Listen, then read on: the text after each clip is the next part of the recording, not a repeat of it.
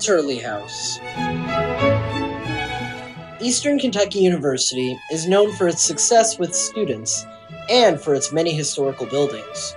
However, one building that is unknown to most who attend Eastern is the Turley House. The Turley House is secluded from most of campus due to being located at the end of University Drive. The Turley House begins its journey in 1893 with Ann Walters, widow of Singleton Walters. Ann Walters purchased the land and had the house built on it by an unknown architect. Ann Walters lived in the house for years, and after her death in 1903, the house was sold at public auction. At the auction, the house was sold to a Robert Edgar Turley.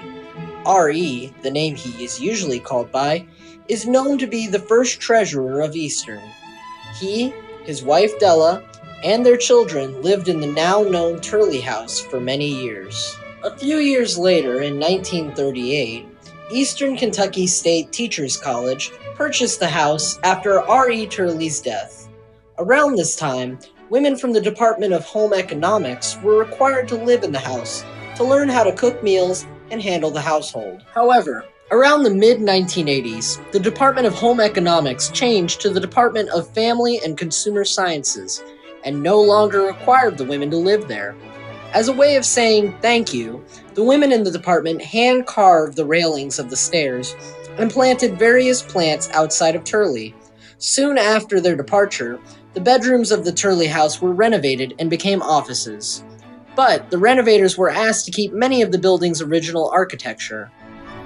Despite the renovations the building has faced, the Turley House still has its original stained glass windows protected by a layer of hard plastic to preserve the glass.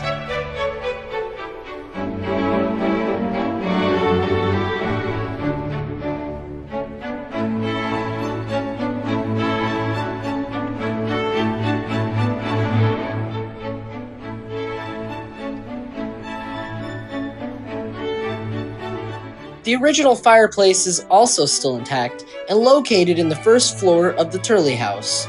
In the hallway, there is a picture hanging of R.E. Turley and his wife Della.